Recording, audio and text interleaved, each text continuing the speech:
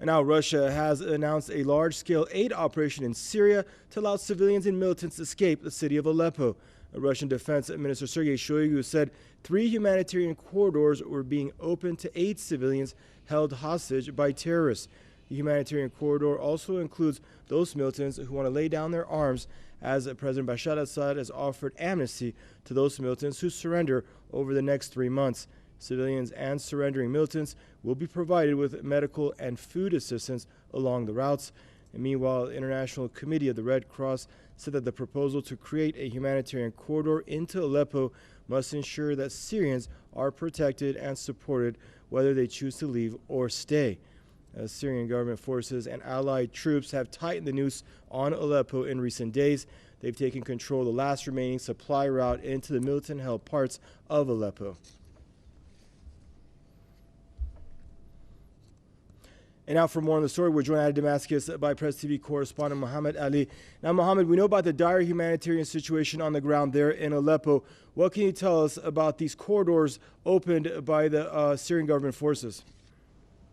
Yes, the Syrian army has already set and formed the 4 new corridors in which whether the civilians or the armed men who wish to lay down their arms can use to exit the eastern parts of Aleppo, those areas which are still occupied by the militants themselves, and reach the Syrian government-held areas. The Syrian government in the past 24 hours called on the civilians in those areas in the eastern parts of Aleppo to exit, and that they will be provided with humanitarian aid and also with shelter by the Syrian government in the government-held areas. This was confirmed by the General Command of the Syrian Army. And also, we have to point out that the Syrian Army, the General Command, and also President Bashar al-Assad promised the armed men, the Syrian armed men, that would lay down their arms and surrender and exit towards the Syrian government-held areas, that they will be provided with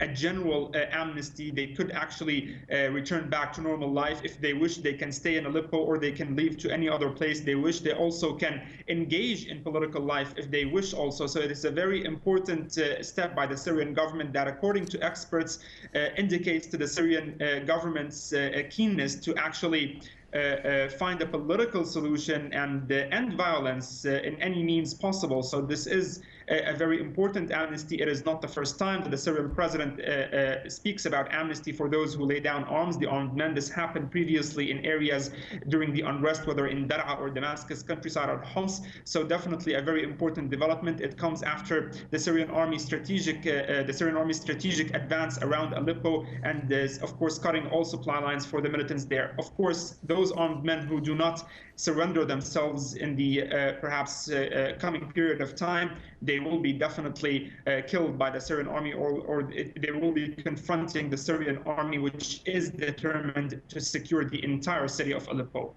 And Mohammed, do we know if any of these militants have laid down their arms as of yet and taking this amnesty, taking advantage of this amnesty offered by President Bashar al-Assad? And are these militants allowing civilians to leave, or are they besieging them inside the city? Well, reports coming out of Aleppo say that the Takfiri and extremist militants, perhaps those, the majority of whom are foreigners, not Syrians, have prevented actually the civilians from exiting from Bustan al-Qasr corridor, which the army established. So it seems that, according also to many experts, those militants do not want the civilians to get out because they want to use them as human shields. Regarding the other question on the armed men laying down their arms, there's still a lot of time left. We didn't hear about large groups of armed men who surrendered. However, they don't have much options. They only have 2 options: whether fight until being killed by the army or surrender and return back to normal life. We are expecting to see more developments in the coming 24 hours, as it hasn't been a lot of time, just several hours since the army actually opened those corridors. We still need more time to see what will happen. Indeed, and supposedly they gave militants up to 3 months to make that decision. Thank you, Mohammed Ali, joining us out of Damascus. That's our own Press TV correspondent there.